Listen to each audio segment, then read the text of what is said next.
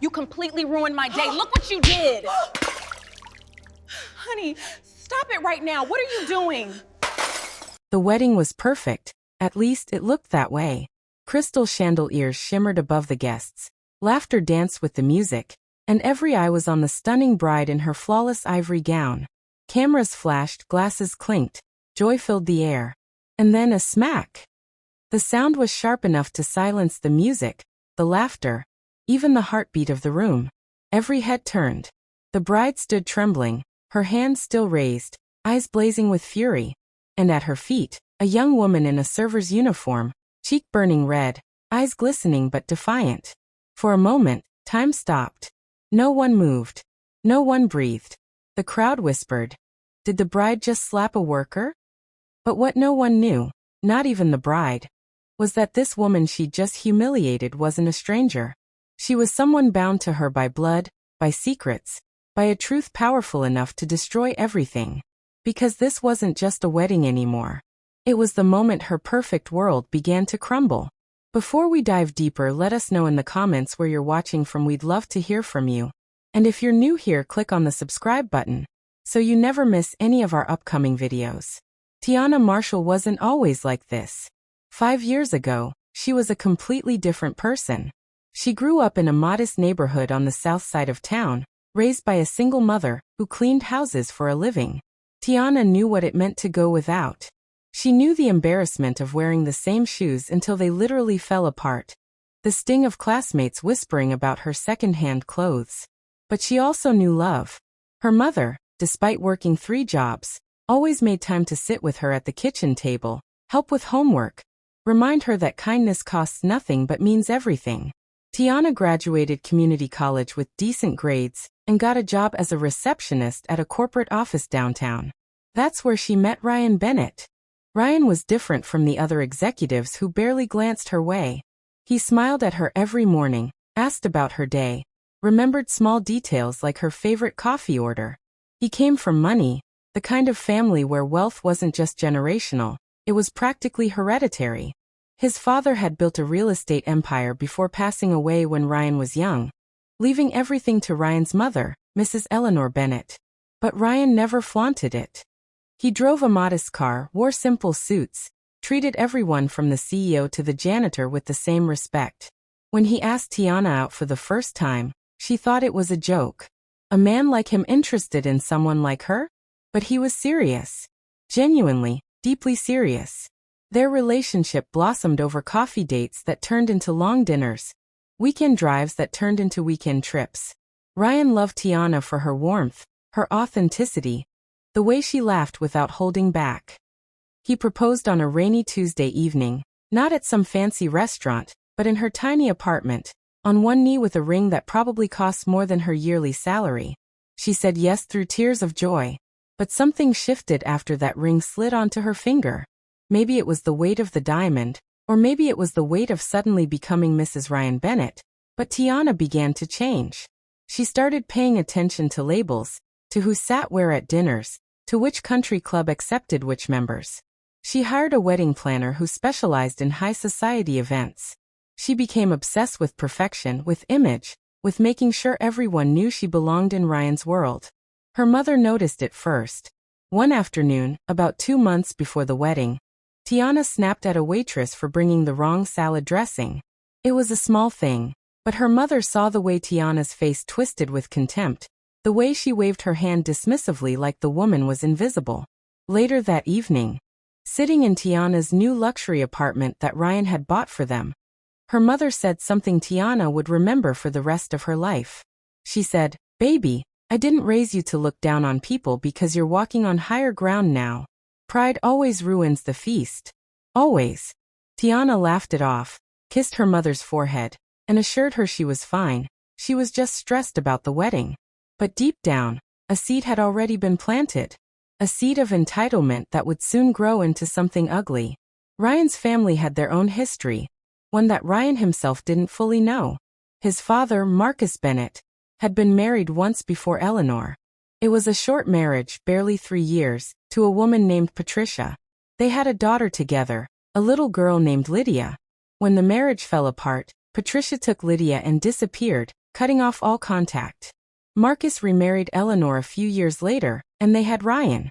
Eleanor tried her best to maintain a relationship with Lydia, sent birthday cards, Christmas presents, made phone calls that went unanswered. But eventually life moved on. Lydia became a memory, a name mentioned quietly on rare occasions. Ryan knew he had a half-sister somewhere out there, but he'd never met her, never seen a recent photo. She was a ghost in his family tree.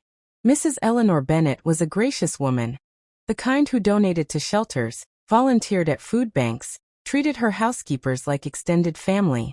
A few days before the wedding, she sat with Ryan in her garden, sipping tea, and she said something that made him pause. She said, "Ryan, I hope the woman you marry understands that how she treats the people who serve her will show you exactly how she'll treat you when the romance fades. Watch closely, son. Character reveals itself in those moments." Ryan nodded, but he was confident Tiana would be fine. She'd been nothing but sweet to his mother, warm to his friends. He chalked up her occasional sharpness to wedding stress. Everyone gets a little tense before their big day, right? The wedding day arrived like a dream pulled straight from a magazine spread. The venue was an upscale estate with manicured gardens, marble floors, and floor-to-ceiling windows overlooking a lake. Tiana had spared no expense. Ice sculptures, a live band, a 7-tier cake that looked more like architecture than dessert. She floated through the ceremony in her custom gown. Every stitch perfect, every detail flawless. Ryan looked at her like she was the only person in the world. The vows were beautiful, the kiss was cinematic, and the reception began with champagne towers and applause. For the first hour, everything was perfect. Then the cracks started to show. Tiana became increasingly agitated with the staff. A flower arrangement was slightly off-center, so she berated the event coordinator in front of guests. A photographer took a candid shot she didn't approve of, so she demanded he delete it immediately, her voice rising. Ryan gently tried to calm her down, whispering that everyone was watching, but she brushed him off, insisting everything had to be perfect. Guests began exchanging glances, awkward smiles, quiet murmurs. One of Ryan's college friends whispered to his wife, "Is she always like this?" The wife just shook her head, sipping her champagne, clearly uncomfortable. Then came the moment that would change everything. The catering staff was moving through the crowd with trays of hors d'oeuvres and drinks. Among them was a young woman mid-20s, with kind eyes and a quiet demeanor. Her name tag read Lydia, though no one paid it any attention. She was just another server, invisible in the sea of tuxedos and gowns. She approached Tiana's table carefully, balancing a tray of red wine. As she leaned in to place a glass down, someone bumped her from behind, another server rushing past. The tray tilted. Just a few drops of wine splashed onto the edge of Tiana's gown, barely noticeable, just a small dark spot near the hem. But Tiana saw it. And she exploded. She shot up from her seat, eyes blazing, and before anyone could react, she grabbed Lydia by the arm and spun her around. Lydia stammered an apology, her voice shaking. "I'm so sorry, ma'am, someone bumped me, I didn't mean to, I'll get something to clean it right away." But Tiana wasn't listening. Her face was red, her voice cutting through the music like a knife. "Do you have any idea how much this dress costs? Do you? Of course you don't. People like you could never afford something like this. You're clumsy, careless, completely incompetent." Lydia's eyes filled with tears, but she kept her head down, whispering another apology. That's when Tiana raised her hand and slapped her across the face. The sound was sickening. Sharp. Final. The entire room seemed to inhale at once. The band stopped playing mid-note. Conversations died. Every eye in that ballroom turned toward the bride and the server. Lydia stood there, frozen, one hand on her cheek, tears now streaming freely. She didn't fight back, didn't yell, didn't make a scene. She just looked at Tiana with an expression that wasn't anger. It was sadness. Deep, aching sadness. Then she turned and walked toward the exit, her shoulders shaking. Ryan stood up, his face pale, mouth open but no words coming out. His mother, Mrs. Eleanor Bennett, was sitting at a nearby table with some family friends. When she saw Lydia's face, really saw it for the first time that night, she gasped. Her wine glass slipped from her hand and shattered on the floor.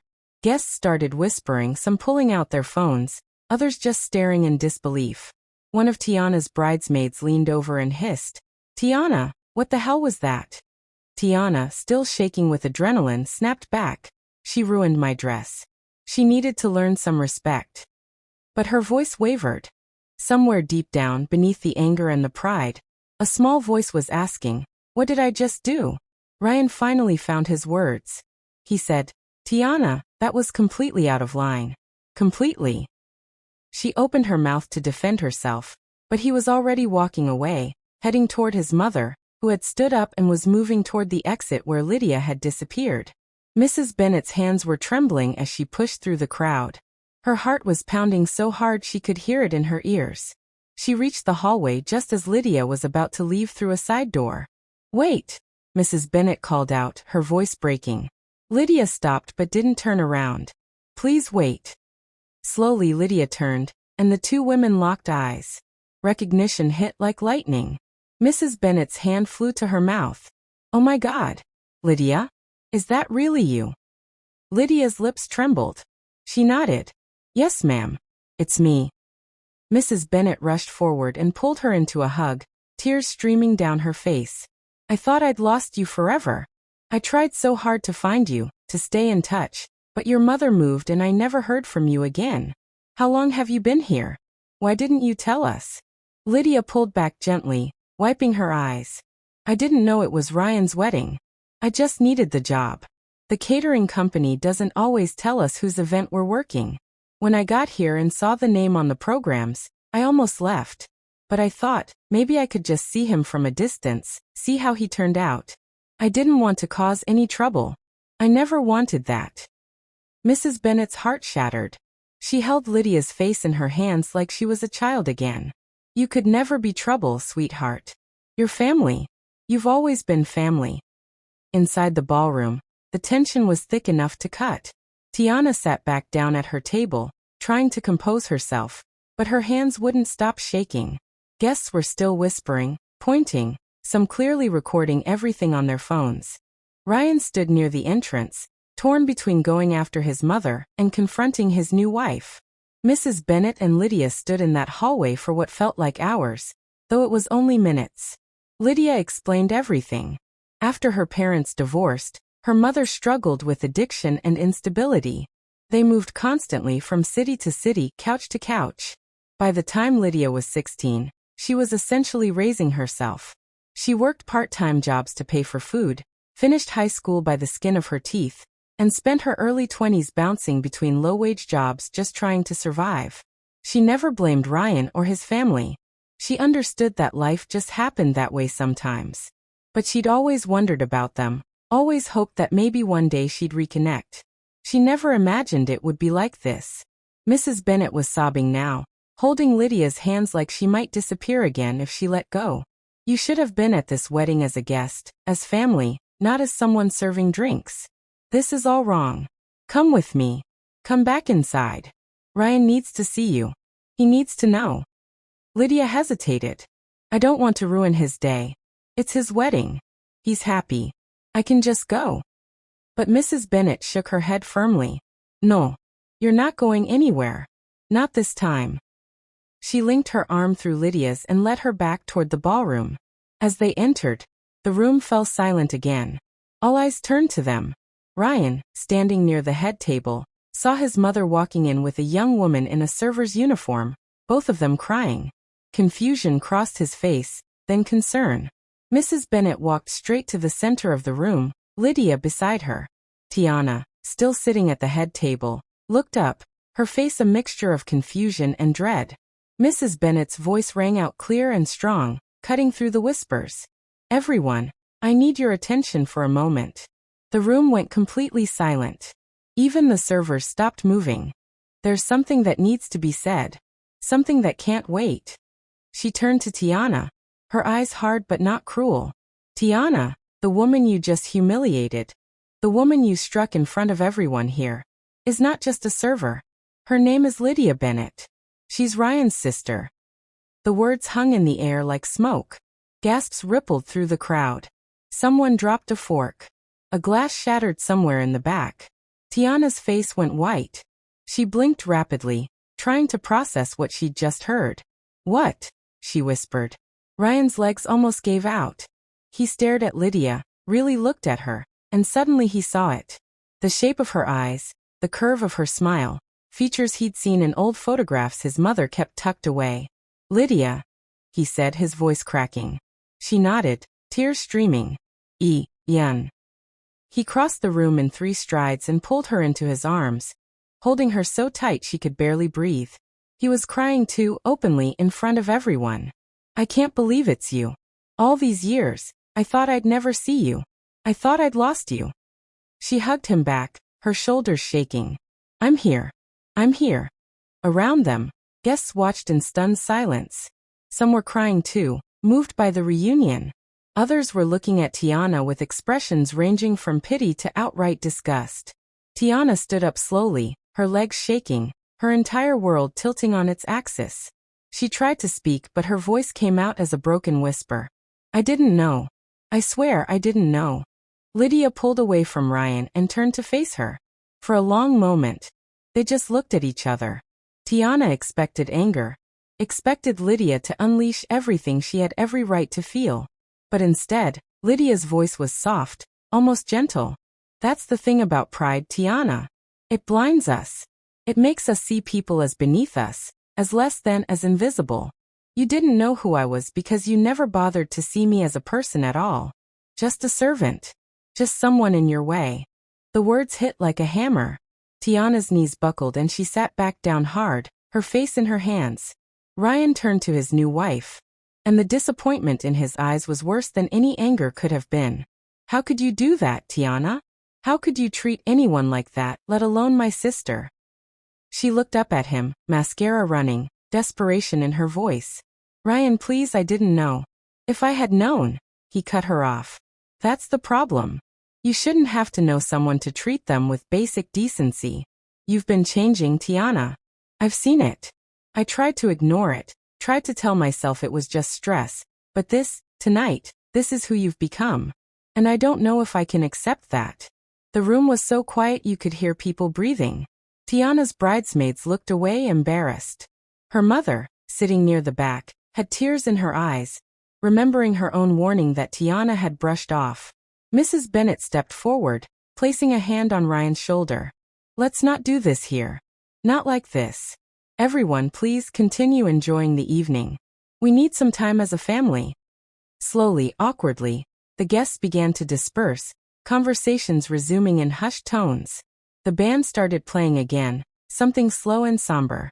Ryan, his mother, and Lydia moved to a private room off the main hall. Tiana tried to follow, but Ryan held up a hand. Not now, Tiana. Please.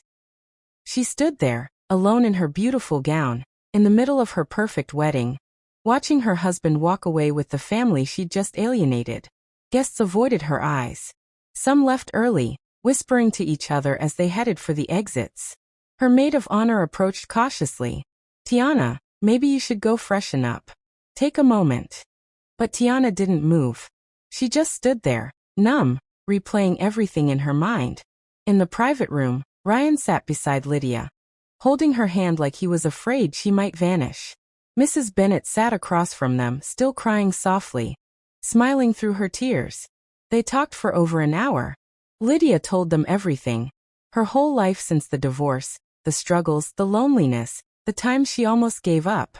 Ryan listened, his heart breaking with every word. He kept apologizing, even though none of it was his fault. I should have looked for you harder. I should have done something. Lydia squeezed his hand. You were a kid, Ryan. You didn't even know me. This isn't on you. But he shook his head. You're my sister. That should have been enough. Mrs. Bennett finally spoke, her voice hoarse from crying. We're going to make this right. You're not going anywhere. You're staying with us. You're part of this family, and you always have been. Lydia wanted to argue, to say she didn't want Charity, but the truth was, she was exhausted. Exhausted from struggling alone, from pretending she didn't need anyone. So she just nodded and let herself be held. Outside the room, Tiana sat on a velvet bench in the hallway, her head in her hands. Guests were leaving now, offering polite goodbyes, but their eyes said everything their mouths didn't. Judgment. Disappointment. Disgust. Her mother finally found her there and sat down beside her. For a long time, neither of them spoke. Then her mother said quietly, "I warned you, baby. I told you pride ruins the feast." Tiana's voice was barely a whisper. "I know, Mama. I know." Her mother pulled her close, letting her cry. "So what are you going to do now?" Tiana didn't have an answer. The wedding was supposed to continue. There was still dinner, still dancing, still a whole night planned. But the heart had gone out of it. The vendors packed up early. The DJ played to an emptying room. By midnight, the venue was almost empty. Tiana changed out of her gown in a dressing room, hands shaking so badly she could barely unzip it. She put on jeans and a sweater, washed off her makeup, and sat there staring at herself in the mirror. Who had she become? When did looking down on people become easier than looking them in the eye? She thought about her mother, working 3 jobs, coming home bone tired but always kind. She thought about Ryan, the way he treated everyone with respect, the way he'd loved her before she'd started trying to be someone she wasn't. And she thought about Lydia, standing there with a red mark on her face, not fighting back, just looking sad. Ryan came to find her eventually. He knocked softly on the dressing room door. "Tiana, can we talk?" She opened it, her face puffy from crying. They walked out to the garden, away from the few remaining guests. The moon was bright, the air cool. They sat on a stone bench near a fountain. For a long time, neither spoke. Then Ryan said, "I don't know how to move forward from this." Tiana's heart clenched. "Are you leaving me?" He sighed, running a hand through his hair. "I don't know. I love you, Tiana. Or at least, I love who you used to be. But tonight, you humiliated someone I care about, someone who's been through hell and back. And the worst part is, you didn't even see her as a person. Just an inconvenience." Tiana's voice cracked. "I'm sorry. I'm so sorry, Ryan. I don't know what happened to me. I got so caught up in trying to fit into your world that I lost myself." He looked at her, really looked at her. "My world isn't about money or status, Tiana. It never was. My mom grew up poor. My dad built his business from nothing. We've always valued people, not things. If you thought you had to change to fit in, you were wrong." She broke down completely then, sobbing into her hands. "I don't know how to fix this. I don't know if I can." Ryan was quiet for a moment, then said, "A marriage built on pride can't last. I wanted a partner, someone who'd stand beside me, not above everyone else. I need to know that you understand that. Really understand it." She nodded through her tears. "Ido. I swear Ido. Please, Ryan. Give me a chance to make this right." He stood up, looking down at her. "I need time, Tiana. I need to be with my sister right now. She's the priority. We'll talk later. But right now I need space." He walked away, leaving her alone in the garden. Tiana sat there until the sun started to rise, watching the sky turn from black to gray to pink. She thought about everything, every choice, every moment that led her here. And she made a decision. She wasn't going to let pride destroy her life. Not anymore. 3 days after the wedding, Tiana showed up at Mrs. Bennett's house. She didn't call ahead. She just drove there, hands gripping the steering wheel so tight her knuckles were white. She knocked on the door, her heart pounding, half expecting to be turned away. Mrs. Bennett answered, surprise crossing her face. "Tiana." Tiana's voice was small. "Mrs. Bennett, I know I have no right to be here. But I need to see Lydia. I need to apologize properly. Please." Mrs. Bennett studied her for a long moment, then stepped aside. "She's in the living room with Ryan." Tiana walked in, her stomach in knots. Lydia and Ryan were sitting on the couch, talking and laughing about something. When they saw her, the laughter died. Ryan stood up, his expression guarded. "Tiana." She looked at Lydia, and all the words she'd rehearsed fled her mind. She just said, "I'm sorry. I'm so sorry. What I did was inexcusable. I was cruel and proud, and I treated you like you were nothing. But you're not nothing. You're Ryan's sister. You're family. And even if you weren't, even if you were just a stranger, you deserved better. I've been so focused on trying to look like I belong that I forgot how to actually be a good person. I don't expect you to forgive me. I just needed you to hear that I'm sorry." Lydia looked at her for a long time. Tiana braced herself for anger, for rejection. But then Lydia stood up and crossed the room. And she hugged her. Tiana froze, shocked. Then slowly hugged her back, tears streaming down her face. Lydia whispered, "We all mess up, Tiana. Pride gets the best of everyone sometimes. But you came here. You faced it. That takes courage." Tiana pulled back, shaking her head. "I don't deserve your kindness." Lydia smiled sadly. "Maybe not. But I'm giving it anyway. We're family now. Let's start as sisters, not strangers." Ryan watched this exchange, his own eyes wet. He walked over and put his arms around both of them. "We're going to figure this out. Together." Over the following weeks, Tiana worked hard to repair the damage. She reached out to every guest who'd witnessed the incident and apologized. She donated a significant amount to organizations that supported struggling families, something she did quietly without publicity. She volunteered at a local shelter, serving food, cleaning, doing whatever was needed, relearning humility one shift at a time. And most importantly, she spent time with Lydia. They had coffee, went for walks, talked about life. Slowly, a genuine friendship formed.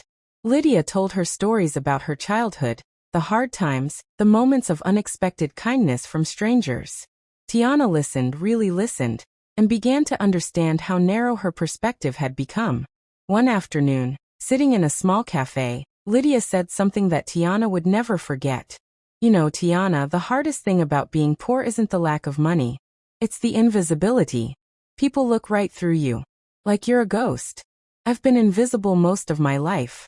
But I learned that every person has a story, has worth, regardless of their bank account or their job title. I think you're learning that too." Tiana nodded, tears in her eyes. "I am. And I'm grateful you're patient enough to teach me." Lydia reached across the table and squeezed her hand.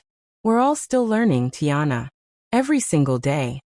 Ryan and Tiana's marriage didn't magically fix itself overnight. They went to counseling, had hard conversations, worked through the hurt. There were moments Tiana worried it was over, that she'd destroyed something beautiful beyond repair. But Ryan, despite everything, still loved her. He saw the effort she was making, the genuine change, and slowly, trust began to rebuild. 6 months after the wedding, they renewed their vows in a small, private ceremony. Just family. Just love. No ice sculptures, no 7-tier cake, no perfection. Just two people choosing each other again, with open eyes and humble hearts. So here's the question I want to leave you with. If you were Lydia, could you have forgiven Tiana? Could you have opened your heart to someone who humiliated you, who struck you, who made you feel invisible? Or would the wound have been too deep? Think about that. Think about the people in your own life you've maybe overlooked, dismissed, treated as less than. Maybe it's the person who cleans your office, or delivers your food, or serves your coffee. Maybe it's someone closer, someone whose pain you've ignored because it was inconvenient. How would you feel if the roles were reversed? If you were the one on the other side of someone's pride? Tiana learned the hardest way possible that how we treat people when we think no one important is watching reveals everything about who we really are. She learned that kindness isn't a luxury you extend when it's convenient. It's a choice you make every single day, with every single person. And maybe, just maybe, the most beautiful thing about this whole story isn't the slap or the revelation or even the reunion. It's the forgiveness. It's Lydia choosing grace over grudges, choosing family over pride. That's the kind of strength that changes lives. If this story moved you, if it made you think twice about how you treat the people around you, share it. Send it to someone who needs to hear it. And stick around because next time, we've got a story that'll remind you why the truth always finds its way to the light, no matter how deep you try to bury it. Until then, take care of each other out there. And remember, the measure of a person isn't in what they wear or what they own. It's in how they make others feel. Choose kindness. Always choose kindness.